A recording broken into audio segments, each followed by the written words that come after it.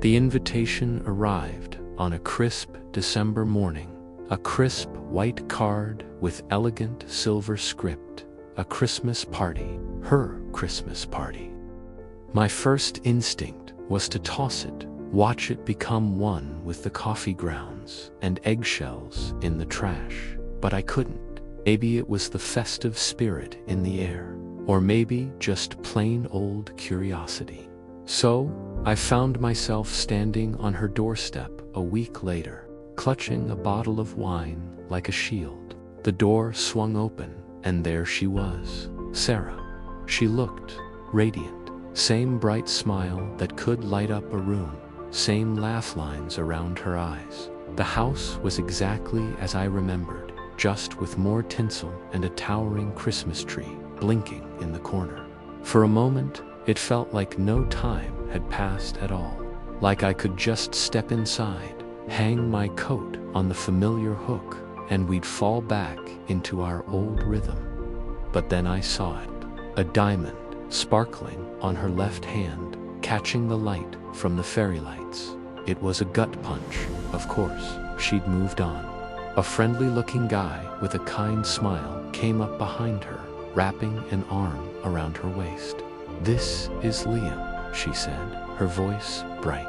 I shook his hand, my own feeling clammy. He was her fiancé. The word echoed in my head, drowning out the cheesy Christmas carols playing in the background. I spent the next hour making small talk, nursing my drink, and trying not to stare. I watched them from across the room. I saw the way he looked at her, the way he'd gently touch her back as they navigated the crowded living room. It was the same way I used to look at her, the same way I still felt, if I was being honest with myself. It was a strange kind of torture, being so close to a past I couldn't reclaim.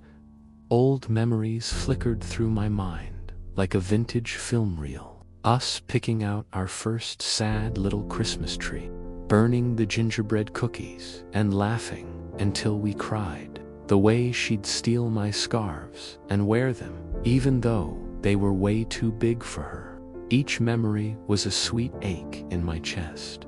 I remembered our last Christmas together, the fight, the stupid, pointless argument that unraveled everything we had built. I'd been so stubborn, so sure I was right. Later, I found myself on the balcony, seeking refuge in the cold night air. The city lights twinkled below like a scattered box of jewels. The door slid open behind me. It was Sarah. "Hey," she said softly, "you okay?" I just nodded, unable to find the right words. We stood in silence for a moment, the comfortable silence we used to share.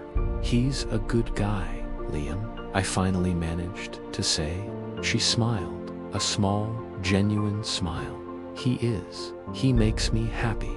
And in that moment, looking at her, seeing the pure, uncomplicated joy in her eyes, something inside me shifted. All the regret, the what-ifs, the lingering hope I hadn't even realized I was clinging to, it all just dissolved. I thought coming here would be about winning her back, about proving she'd made a mistake, but I was wrong. Love isn't always a competition. It's not about possession or winning. Sometimes true love is about letting go. It's about wanting the best for someone, even if that best doesn't include you. As the clock struck midnight, people inside started cheering, "Merry Christmas." I looked at Sarah, really looked at her, and I smiled. Not a forced, polite smile, but a real one. "Merry Christmas, Sarah," I said, and I meant it. For the first time, I felt a sense of peace. I was happy for her, truly happy. And that, I realized, was a Christmas gift in itself. It was the gift of closure. Thanks for listening to my story. As we know, the heart remembers what the world forgets.